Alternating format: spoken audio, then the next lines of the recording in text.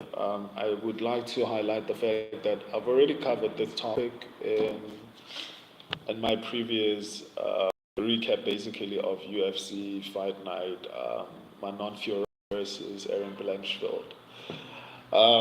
Just that obviously this is a frustrating topic for a lot of us, and I just felt like maybe I should try and cover it a little bit more, even if it means maybe I might repeat myself a little bit, but I think it's important for it to be documented, and because I see this type of mistake being done by a lot of teams. I think when I was speaking about it yesterday on my recap, I actually mentioned that people like Curtis Blades have been doing this type of thing for a while, you know, and a lot of people like to blame the fighter, and in most cases, it's not the fighter. If you look at people like Israel Adesanya, he trusts his coaches completely, um, even if they end up misleading him.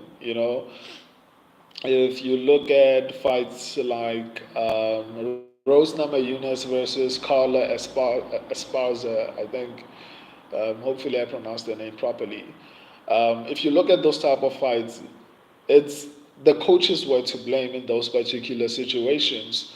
So the reason I decided to just, let me just make this particular stream is because I felt like even though I've highlighted this particular point in my previous stream, I feel like it needs to be said a little bit more. So to begin with, I feel like the people to be blamed in this particular situation is not necessarily Erin Blanchfield, because she's an athlete, and athletes have this thing of loyalty to their team and coaches, and to follow them blindly at the end of the mountain. In most cases, a lot of teams have those type of relationships. I think Rose Namajunas left her coach after that fight between her and Carla Esparza. I'm not sure.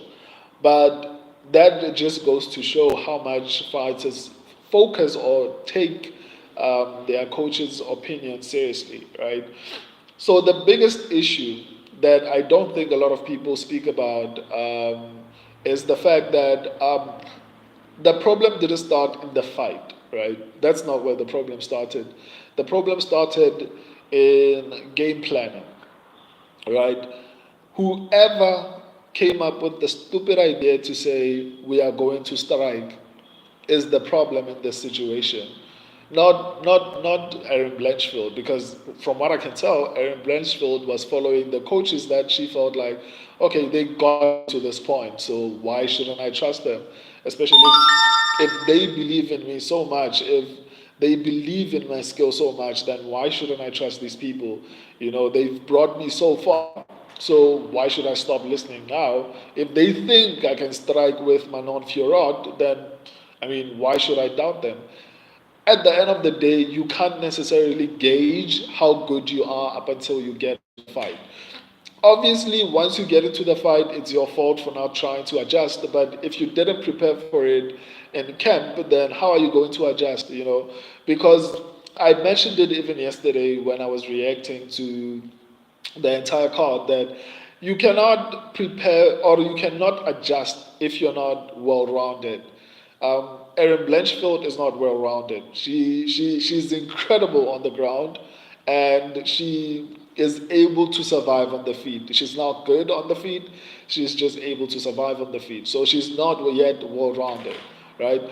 So for anyone to game plan and say we're going to strike with someone who's been striking her whole career is one of the stupidest ideas that you could have ever. Um, I don't know what Dion means. Sorry, man. Um, looking. Oh, okay. But so that's where the biggest problem came. I think a lot of fighters don't question their coaches when they, some of them, not all of them. At the beginning of the stream, I mentioned people like Israel Adesanya, who would follow his coach whatever he says. So Israel Adesanya is another example that I used yesterday. Imagine, just imagine, if at the beginning of Israel Adesanya's career, he was having a lot of success on the feed, and the time when he was like fighting Derek Brunson, he was like, you know what? I think I'm going to grapple with Derek Brunson. Or when he fought Marvin Vittori, and then he thought, you know what? I think it's time to grapple now. What would have happened to his career? Like, what would have happened? So I think, and this is something that usually happens, and people don't necessarily put the fault on the coaches, they instead blame the fighters. The same problem I saw it with and I mentioned it earlier in the stream, and I mentioned it even yesterday, that Curtis Blades had the same problem. Going in there and trying to strike with Sergey Pavlovich like was one of the stupidest ideas. And people are saying, why didn't he level change? You can't level change if you didn't prepare for it in camp. You need to remember that these people are training for takedown defense when you are trying to strike with them, right? They are preparing for you to actually try to take them down. So they will be more prepared to defend your attempts to take them down because you didn't work on it. You just thought, well, I'll just use it if I need it. Erin Blanchfield from the beginning, they should have, the first thing, the most important thing that they should have done is gotten heavier fighters. Because she fights at flyweight, they should have gotten bantamweights, featherweights, and even lightweights, even if it's male fighters.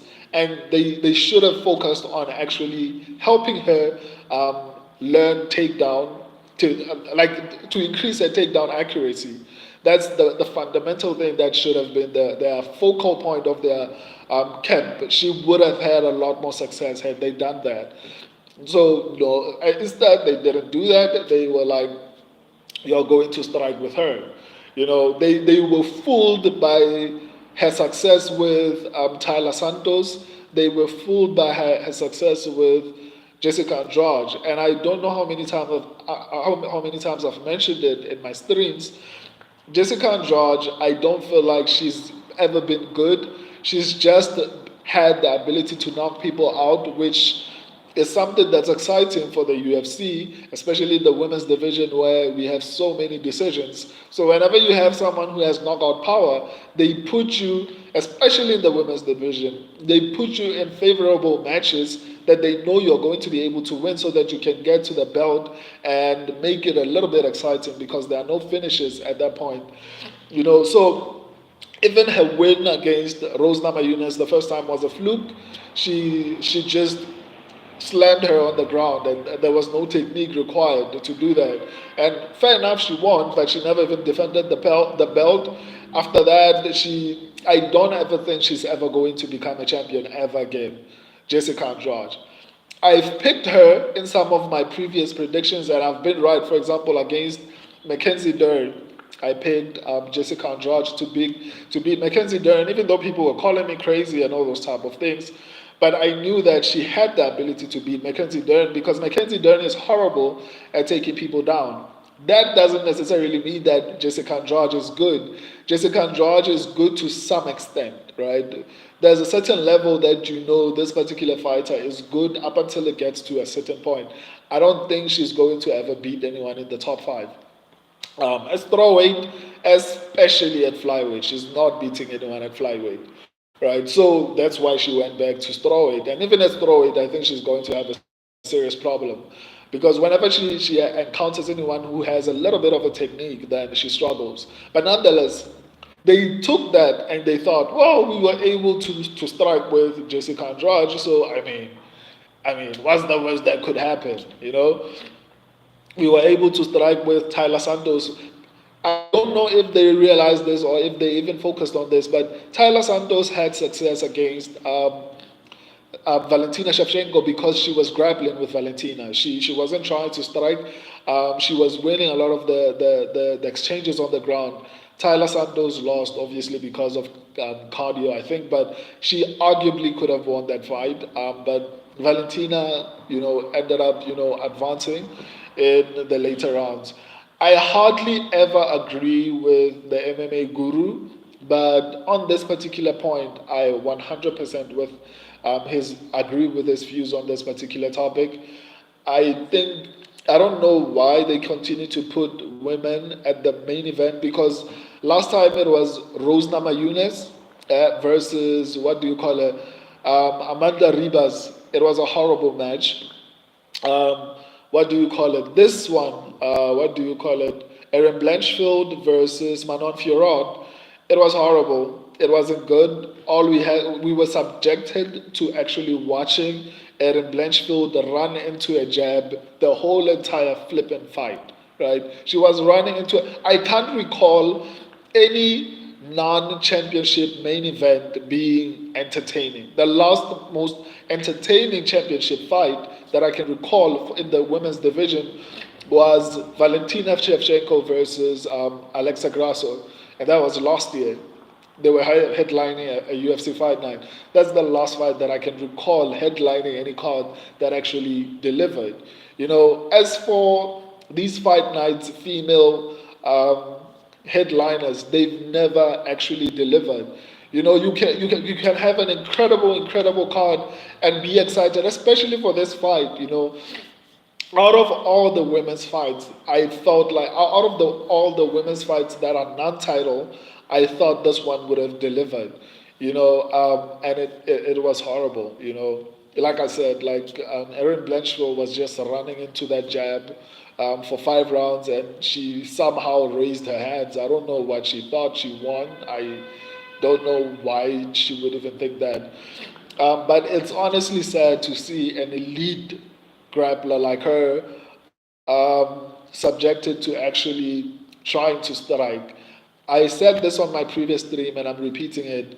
Erin Blanchfield should change her team, man. They let her down. They cost her a title shot. She's still young. She can bounce back.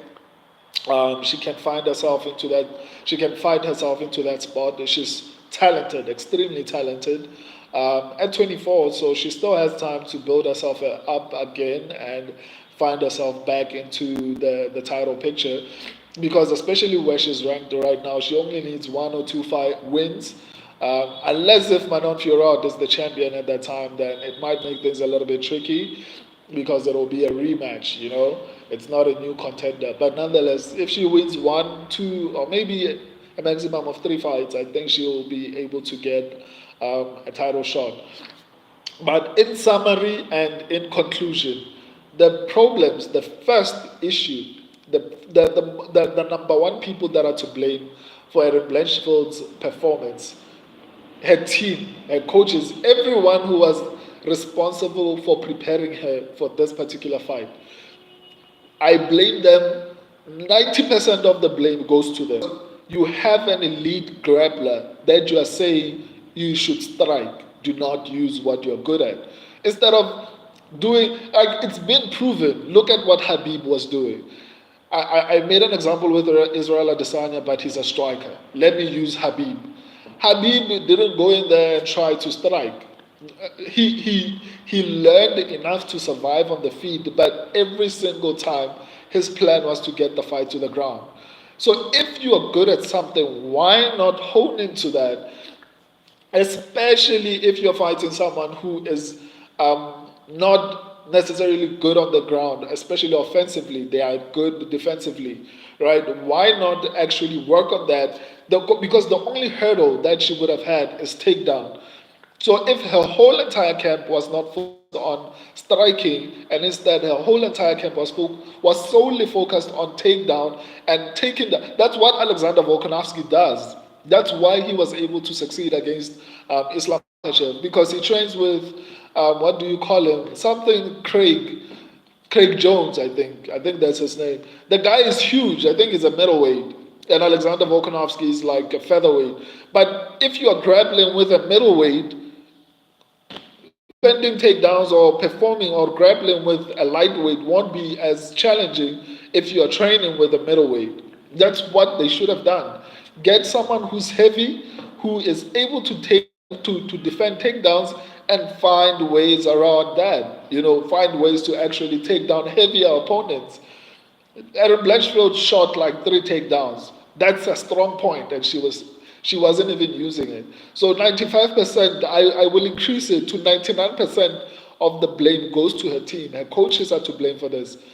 They told her she shouldn't use her skill, and she listens to her team. And you can't fault her because they got her where she was. So why would she doubt them? Why would she say mid-fight and say, no, I'm not going to listen to them? So they are to blame. Yeah, I apologize. It seems like my network was having an issue, and I was enjoying this stream. So